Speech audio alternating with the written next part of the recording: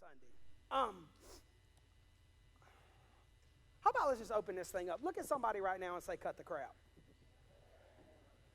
Now look at somebody next to you and say, it's time you cut the crap. So this is a straight up not normal season. We're in a not normal series, so obviously this is a not normal Father's Day. So I'm going to start this thing out not normal. Y'all okay with that? I want all my males in the place to stand to your feet. I want you to stand to your feet. I don't care as long as you're old enough to stand up. Stand. If you're older and have health issues, by all means sit down. I'm still talking to you. Why not start it off? I want to talk to you the first couple minutes of this message. I read this post on social media. It was written by a couple of times, and it was written by people my age, which bothered me. Talked about the American man. The American man. Talked about how the American man is defined by how well they protect and provide for their families. And then it talked about the toughness and roughness, and basically it began to give attributes of toughness that quite honestly were unrealistic and ridiculous and outrageous. And if that defines a man, I don't want to be one. And I began to realize why we put so much pressure on ourselves. The reason we put so much pressure on ourselves is because the culture puts pressure on us. It's why our life expectancy is almost 5 years shorter than our females in America. More males commit suicide than females, a lot more. Almost 2/3 of opiate overdoses are males. There is this term, guys. There's this term now called angry male syndrome that describes male moodiness and male mood swings. Because contrary to popular belief, we are just as emotional and feel just as deeply as females. If you don't believe it, ask everybody in my home, especially on Sunday afternoons, because I'm edited up here a little bit.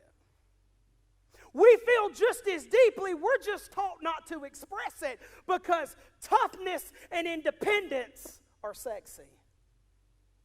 Not teamwork, not tenderness, and not compassion. That ain't sexy. That's not an American male thing.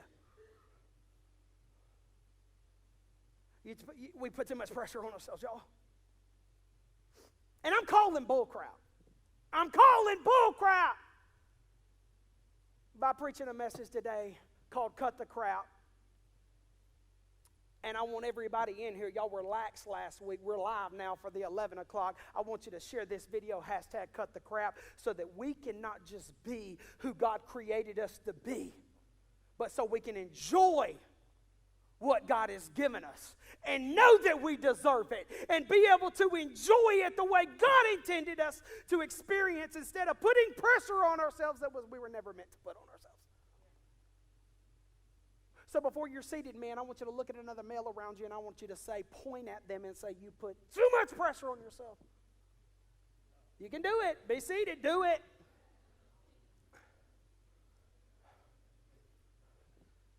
You know why? You know why there's a huge reason there's so many fatherless homes in America? Like the statistics are outrageous. You know why? Because we put impossible standards for men. And you either tire yourself out trying or you run from it. The reason men get on everybody's nerves trying to be a hero, or a lot of men do, if we really look at it, the culture expects us to be a hero. We're expected to save the day. The sexism issues are enabled by our view and our insecurities and the pressure we put on ourselves to be men.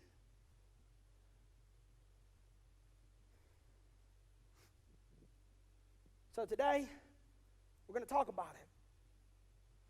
Because a hero is somebody who can be what God called him to be and do it how God called them to do it. And make no apologies for it, and don't try to live up to what everybody else says they're supposed to live up to.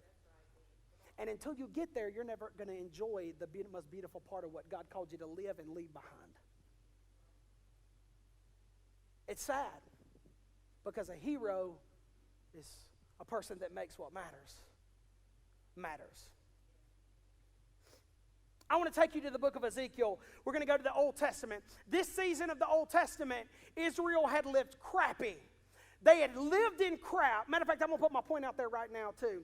We can cut the crap or we can keep living in it. You can cut the crap or you can keep living in it. Period. And in the Old Testament, we're going to Ezekiel. This was a season that for almost 4 centuries, they had lived in crap. They had settled for crap. They had had crappy perspectives and crappy attitudes, and they treated their families and treated people like crap. Crap is all they knew. It's a lot more similar now than you would think or care to admit. And God wanted to do something really big. He wanted to do something really big to show Israel just how much pain they had cost themselves, just how much pain they had set themselves up, living in the crappy perspectives and the crappy attitudes. He wants to show them. So he asked Ezekiel, and I got a crappy story for you today, pun intended. My family, you better appreciate that because I don't do puns very well. Crappy story. Ezekiel 4, God says, I want to do something big. I want them to see it. I want you to do something right by your house. They didn't have big houses in America. His place was small. Probably want everybody to see it. And God tells Ezekiel, he says, now go and get some wheat, barley, beans, lentils, millet, and emmer meat and mix them together in a storage jar. Use them to bake bread for yourself. During the 390 days you will be lying on your side. God says, I want you to do this. What I'm about to ask you, I want you to lay on your side every day for 390 days. I want you to feel the pain and show them how much pressure and how much pain that they set themselves up for living in crap.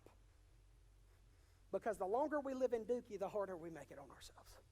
And 390 days, each day represented a year of how long Israel had settled for crap. And he says this, ration this out to yourself, 8 ounces of food for each day and eat it at set times. Then measure out a jar of water for each day and drink it at set times. Prepare and eat this food as you would barley cakes. While all the people are watching, he said, I want to make the point, bake it over a fire using dried human dung. Look at somebody and say, he's talking people dookie right there. People dookie. He said, I want you to use human dookie and bake this bread. He's making a point. All you guys knows crap. I want to give you an illustration of the stupidity and the pressure you put on yourself and the pain it's caused you for centuries because I want you to get out of it. It says, then the Lord said, this is how Israel will eat defiled bread in the Gentile lands, because he was telling them they were about to get captured because they lived in crap for so long that it was going to take something drastic to be able to show them that life is so much more than the crap they keep choosing to live in. Look at somebody and say, cut the crap or keep living in it. Cut the crap or keep living in it. I was going to entitle this message like 2 weeks ago. The title of this message was going to be Eat Crap. Sarah Durbecker tells me all the time, you put too much emphasis on titles. Your content's what matters. Well, I like titles. But this one was not a good one. She said it was real nice, and she knew to get me at like 11:30 at night because I'm just done by then. So I'm just like, I concede. She knows me. So we called it Cut the Crap, and I started thinking about it. That's really true. Ezekiel didn't eat crap. What he did is he ate bread that was baked over a fire that was fueled by crap. The problems in your life, the pain, the mistakes you've made, the attitude you have, the bitterness you have for years of living in crap, the crap's not the problem. What fuels your fire is the problem. God wants to show them, I'm not making you eat bread that's got crap on it. I want to show you that crap has been what you've lived for. Your motivations are crap. Your attitude, the way you treat people are crap. The way you think about yourself and other people are crap. And until you change the crap, you're going to live in it, and that's all you're ever going to know. And what I want to do on Father's Day is back then they had their own set of issues. Thousands of years later, several thousand, we have our own set of issues. But the principles don't change. You can stay in the crowd, or you can move out of it. But when you die one day, you have no excuse because God lets you choose what you live for and the motivations behind. So we're going to focus on what matters, because what fuels your fire, the reason you've settled for crap is you made things that matter, that made things matter that don't matter. The things in your life that are most important are unimportant. The pressure you put on yourself, God never asked you to do it. Nobody else did. You did it. Principles are the same. Men, we can cut the crap. Humans, ladies, single moms, you can cut the crap. Or you can keep living in it. They lived in it for 4 centuries because God loves us enough to let us choose. But He's got more. So we're going to dive in. I want to show what we're going to do today. I want us to focus on what matters so that we are not fueled by things that don't matter. If we're motivated by the right things and we have confidence in what God has put in our hand and in our heart to do, life will begin to shift.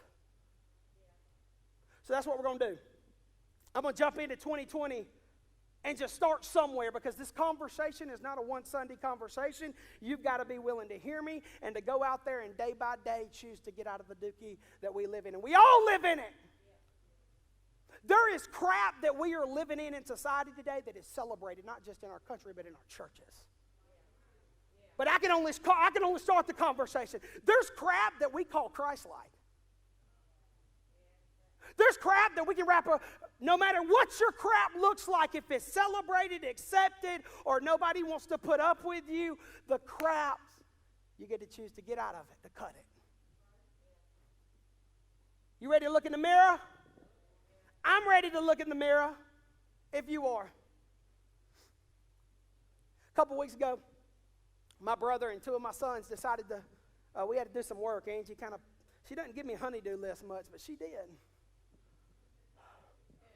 We had to move a bunch of wood away from the house and went out there, I just went for it. That's what I do. I just started throwing it. Garrett was using a wheelbarrow. I was like, he can use a wheelbarrow. I'm still going to get a couple. I started running. And Brock gets annoyed. He starts laughing. Ben, we got to get a plan. You're going to throw it and do it all. We're going to have to start off. What are you doing? Kind of got embarrassed. But me, I process why I do everything now, because I realize you'll change what you're doing if you'll discover why you do it. And I got in the shower as I was cleaning up. I thought, why do I do that?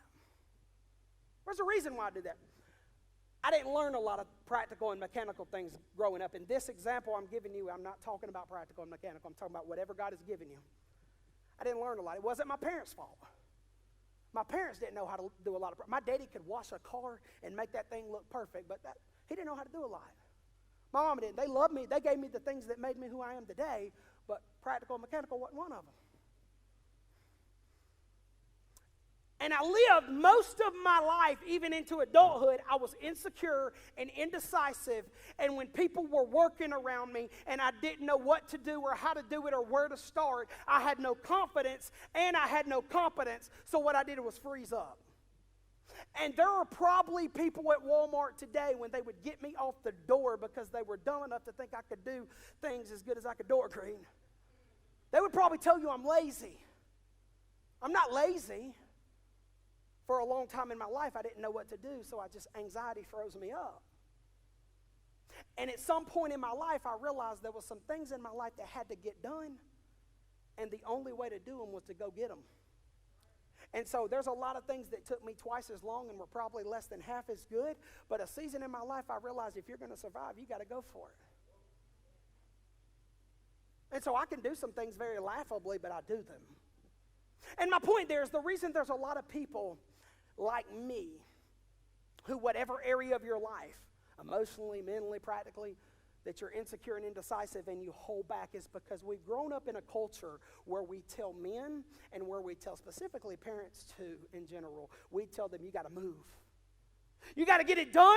You got to do it right. You got to go to the next thing. You can't sit down until you accomplish this. Success looks like this. Money looks like this. You got to get nice houses even if you get in debt over your head. You got to do this. We make so much matter that doesn't matter, and we say don't slow down, that it is a lie. It's crap, and we miss the very thing that matters most, investing in the people and pouring into the people that you love the most that are in the middle of your life.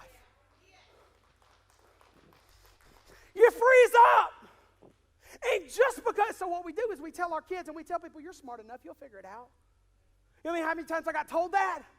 You can't figure that out. Just because I can doesn't mean it's the best way. Man, it may take you twice as long. You may do such a bad job you have to do it over.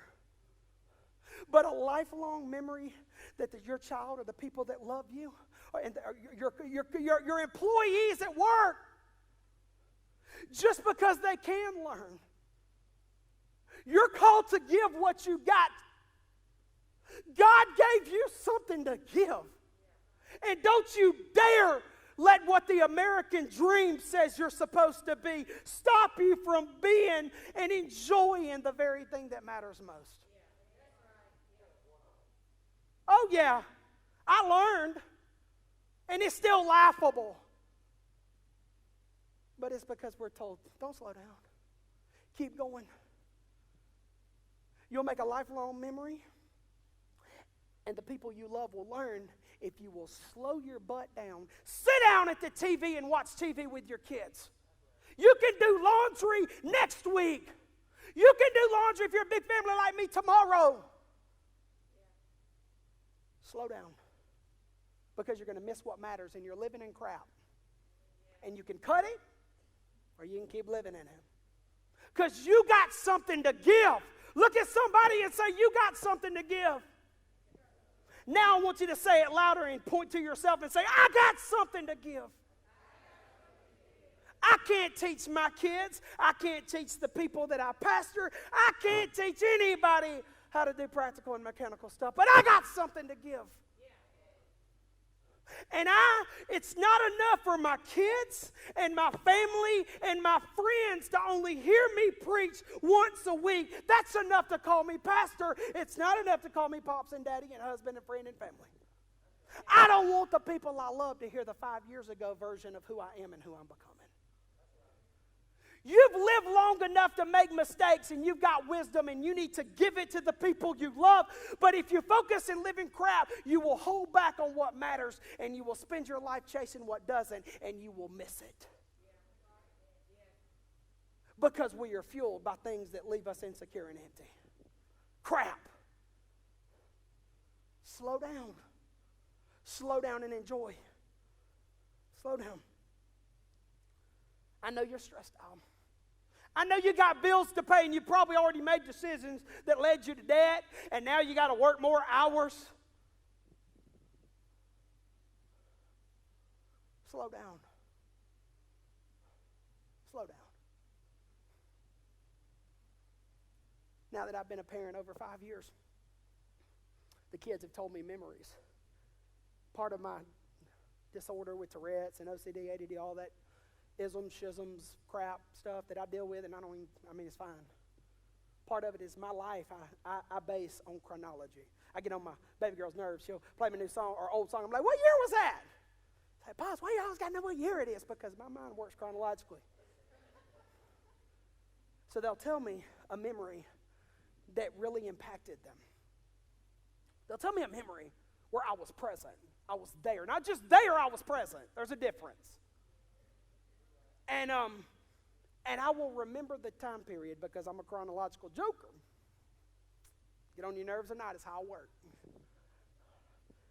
Angie's like, what is it with your years? I'm like, it's who I am. You married me, your fault.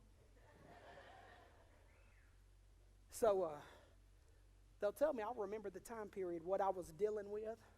Remember some moments at our old church that at night, sometimes Angie and I were crying ourselves to sleep, wondering how Christians could treat people that had poured their lives into them, like treat us like that.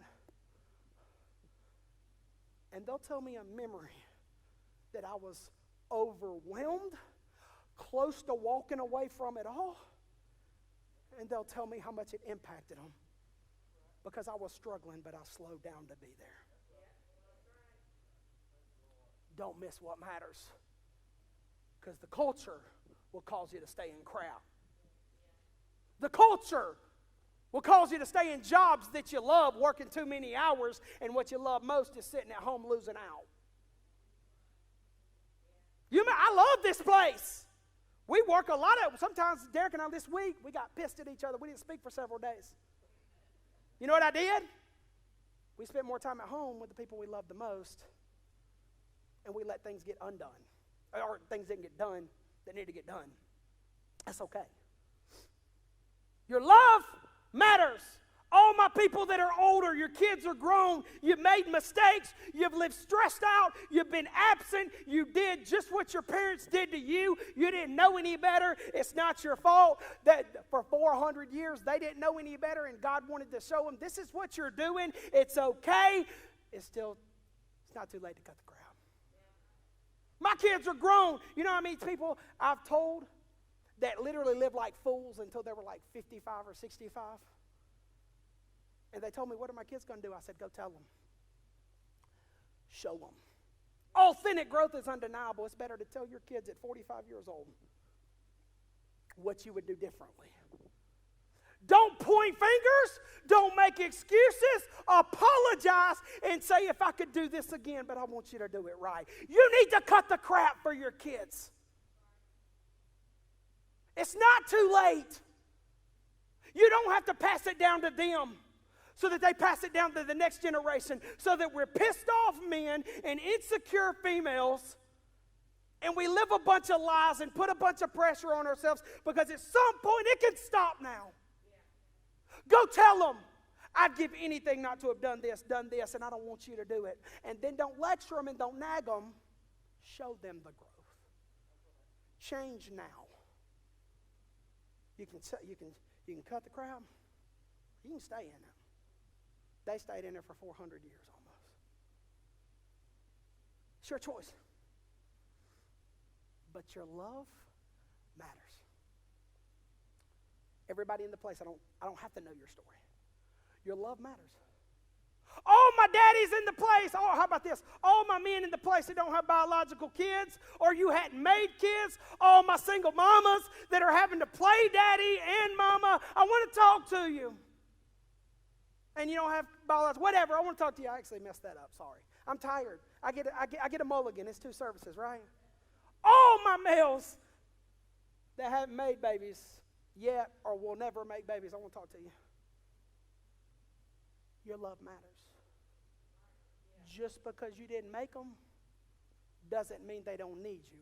Making them's the easy part. Most enjoyable too, but making them's easy. Just because you didn't make them doesn't mean they don't need you. I'm going to just point this out right now. My Uncle Bud's love matters to me. My cousin Bradford Williamson's love matters to me. My Pawpaw Scudder's love matters to me. My Papa Michael Harper's love matters to me. My Uncle Michael's love matters to me. By the way, those two and Pawpaw Harper, his love matters to me. Those 3 didn't make me, and they didn't know me until 13 years ago, and their love matters to me. My Pawpaw Scudder, Mr. Ozer's love matters to me. None of them made me. And I'm the man I am today and I wouldn't have survived certain seasons. And if I'd have survived them, I wouldn't have kept my sanity if they'd have held back and not showed me the things that they were good at. They're all imperfect, but they got some things I needed to see. And I saw them. And they matter. Your love matters. Don't miss what matters, chasing things that don't matter, and don't be insecure about what doesn't matter, that you don't pour into what does. I got to watch these men and several more change my life, and I watched them, and they didn't make me. Single moms, now I'm coming to you, sorry. You're playing two roles. It sucks. You're stressed out. You're trying to make ends meet.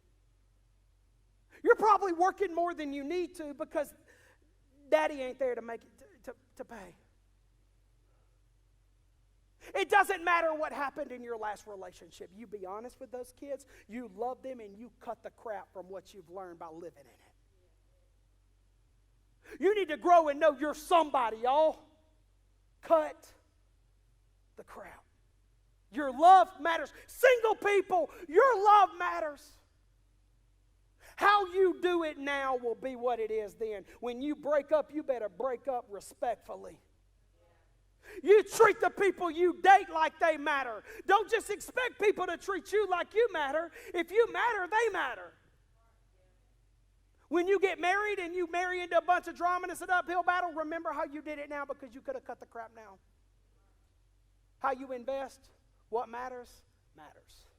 And you can be fueled by crap, or you can cut the crap. I want to talk about this next part. I cut it from Scripture today because time problems. So if God tells Ezekiel, I want you to lay on your side 300, I want you to eat this, bread fueled by dung. And Ezekiel says this. He was a godly man, right? Godly man. He says, oh, God, I've never eaten anything. He doesn't do the whiny voice, but I'm just putting it for a fact because it's like 2020. I promise you, if anybody God asked you to eat doo-doo, you'd at least do the whiny voice. Probably you do the runaway voice. God, I've never eaten any meat defiled by God. I've never eaten anything unclean. And him and God make a deal. He says, okay, you don't have to bake it over human doo-doo. You can use cow doo-doo. Look at somebody saying, that's cow poop. That's cow dookie. It's a godly man, and he just ate lesser crap to show. A lot of you guys have done a good job. You've been able to live up to the expectations that have been put on you better than others. Crap is crap. Lesser crap is still crap. Lesser crap is still crap. Lesser crap is still crap. And I want you to know today that you get to decide what manhood is. You get to decide what manhood is. You get to decide what womanhood is. You get to decide it. Not a preacher. And the fact that we're letting everybody else decide what matters and how we do it is a problem. Don't take my word for it. I don't care if you disagree with me. Just take it in and do something with it.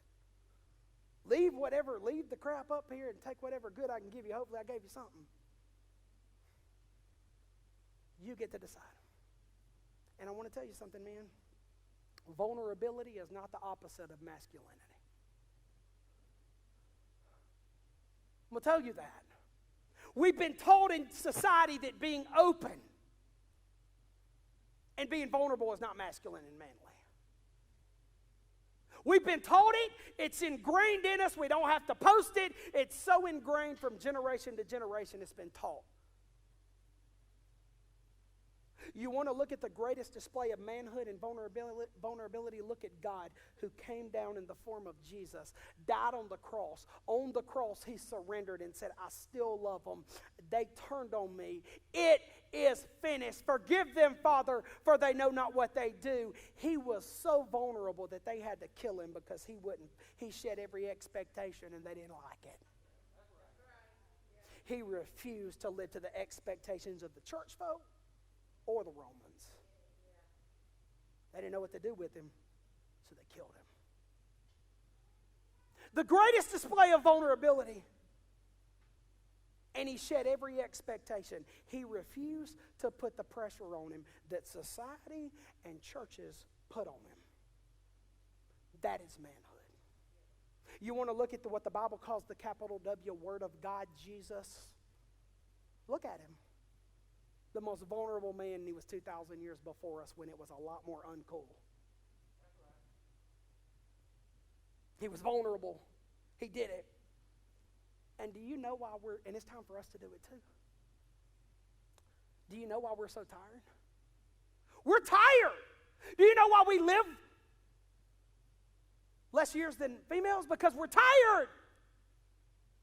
We tell people, you can't save everybody. No, you can't save anybody.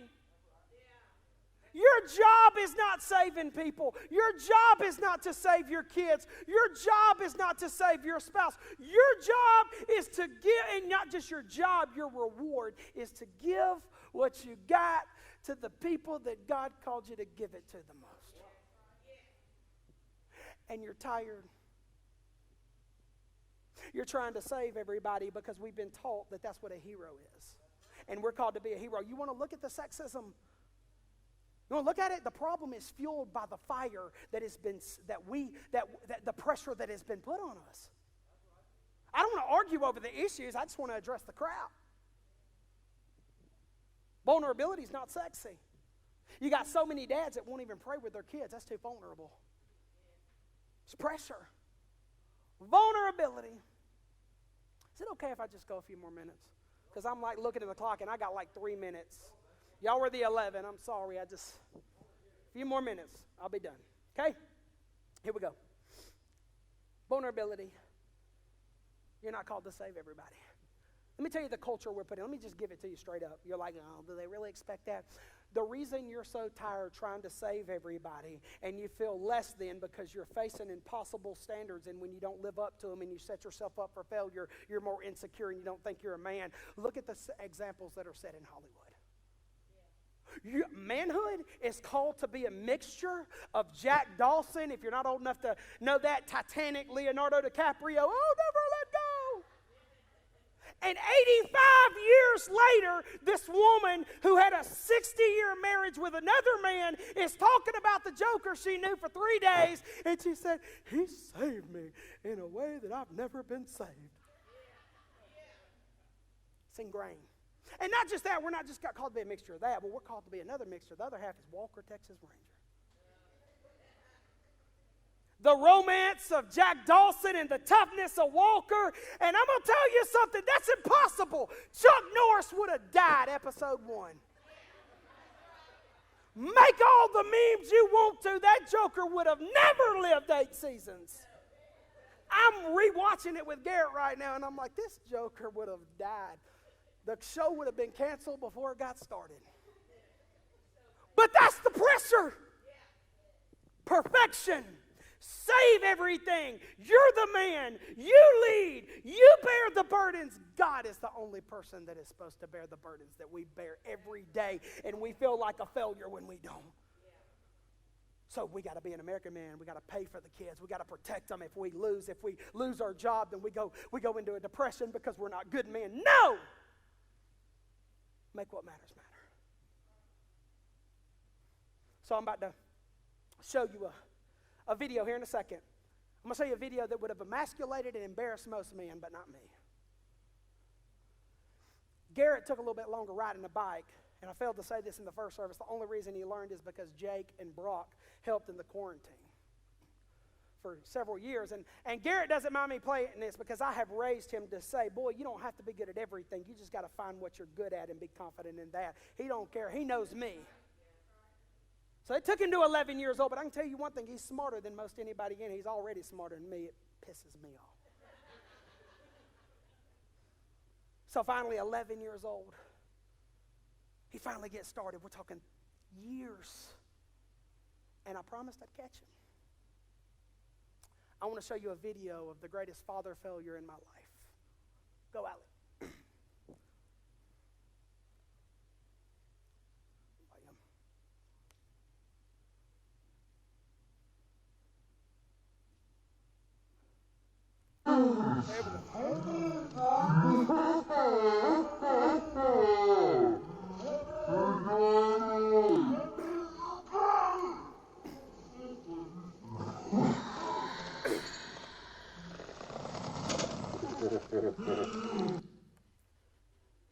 I wish you could have heard the slow-mo. It took up. We had some volume issues. You could have heard him like, they're like, oh, he goes, oh, and then all of a sudden. And then they're cutting up because my family, we give crap. And I heard about it, and I heard about it. You couldn't even catch him. For about most men will be like, are we really going to share that and talk about that? Yeah, I am. It took me about 2 minutes to get over it.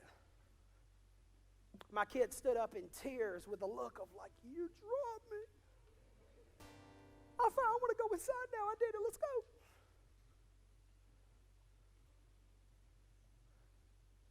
The reason that I was over it in 2 minutes is because most of my entire life I didn't feel like a man.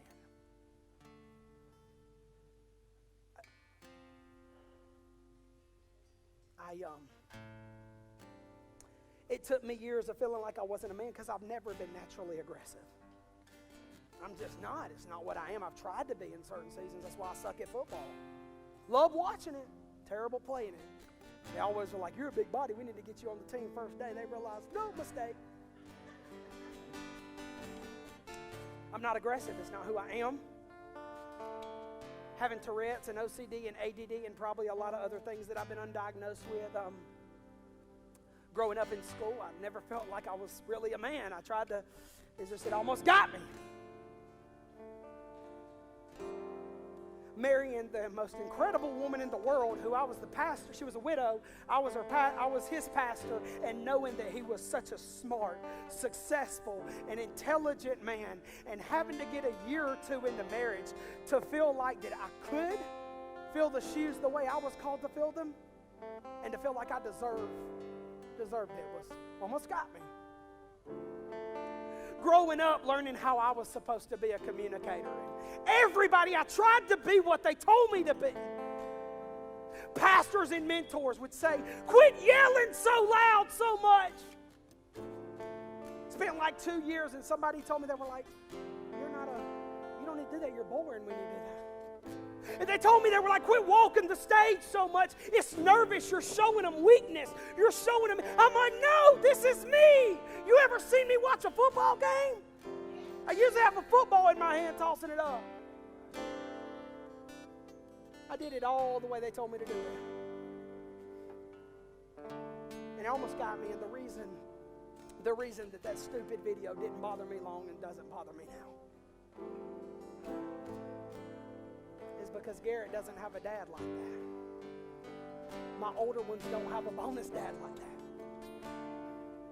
He cut to the left too fast for me because I'm slow and I have a bad bag, but that's okay. It's okay. Because I'm not going to focus on what I don't have. I will never be able to. My older three already know how to fold clothes. I don't fold clothes. I can wash them. Angie's like, don't fold them. Let me do the clothes. I'll never teach Garrett how to fold clothes. Sorry. I'll never teach him handwriting. I'll never be able to take him fishing, just me and him, because we won't catch nothing. And every 30 minutes he'll be like, can we go to the store and get food, because he's bored. I've been around people that can catch fish all around me, and I don't even get a bite because apparently they tell me that you have to be able to wiggle the worm. I can't wiggle the worm, apparently. So Garrett and me have never been fishing. There's a lot of things that I can't give Garrett. There's a lot of things that I will never be able to be for my older three. But that's not what God asked me to be. I'll never be able to play 3 hours of basketball when they get older, because the last time I played an hour and a half, I pulled something in my back and it set me back. Tourette's has been rough. That's okay. I'm going to tell you what I do have, and it's what matters. I'll own what I don't have, but I'm confident in what I do have. All 4 of our kids know that I will give all I have even when it's laughable. They know that I don't give a dang about a lineage. I care about a legacy. I don't have to have kids that look like me. God gave me. They know that I will tell them and show them how much I love them every day, that most days will annoy them. But if on my worst day, and if I died tomorrow, they would live their lives and know I'm crazy about them and what it looked like when I showed them. Yeah. So what? I can't catch them on a bike. There's a lot of things I can't do, but I'm going to give what I can, because that is not living in crap. I'm not putting pressure on myself that God never called me to put on myself. I'm going to enjoy what God has given me, and I'm not going to be insecure trying to be something I'm not, to feel worthy of what He's given me. And if that's you, will you stand up with me right now? Nobody wants it? You want to stand up? Nobody? Y'all want it?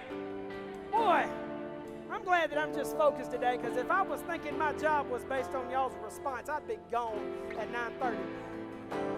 Look, be open. You made some mistakes, but your mistakes don't make you. It's time to focus on what God made you to be. It's time to enjoy what He's given you. It doesn't matter where you failed. God made you. He fearfully and wonderfully made you. Look at somebody and say, God don't make crap. God don't make crap. And you don't have to keep living it. So right now, I want us to open up. I want you to lift your hands like this. I'm not trying to make anybody uncomfortable. If you want to go straight up, that's fine. But you can hold the TV if you want to. And I want us to worship, because He's all that matters. And when you know how much He loves you and you know what He's put inside of you, nothing is going to stop you. Nothing. Let's sing this. It's easy to sing. Let's go.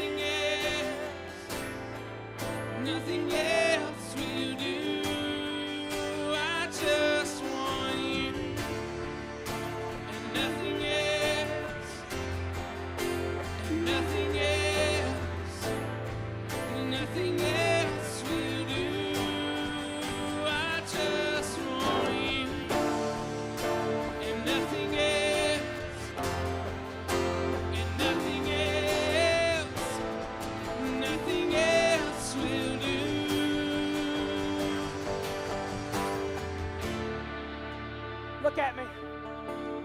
Look. Don't settle for crap. You're somebody. And you got gifts that you're called to give. And the saddest thing in this world is not dying with no money. The saddest thing is not dying having give what God gave you to give, and you got something to give. Quit living in the crowd. Every male that is under 16, over 16, and if you're under 16, your parents got to approve it with us. We got a little gift. It's a pocket knife. On the back of it, it's got catalyst colored dookie. On the back, on the front, it says cut the crap. I want when you go out of there, and when the lies and the things that don't matter begin to bother you, and when you don't focus on the crap, or your crap's going to fuel your fire. And I want you to immediately remember this. I want this to remind you. You don't have to stay in the crap, that God created you to do wonderful things. And when you begin to focus on what's working in your life and what's going good, you're going to kill it. So every exit, you get one of these. We love you. Also, you asked for it. Our Not Normal shirts are out there in Categear. They're for sale. You begged us. We got them. We got people shining them right now. You can go out there, $13 at Categear. We love y'all. Next week, week 4, Not Normal. See y'all. Happy Father's Day.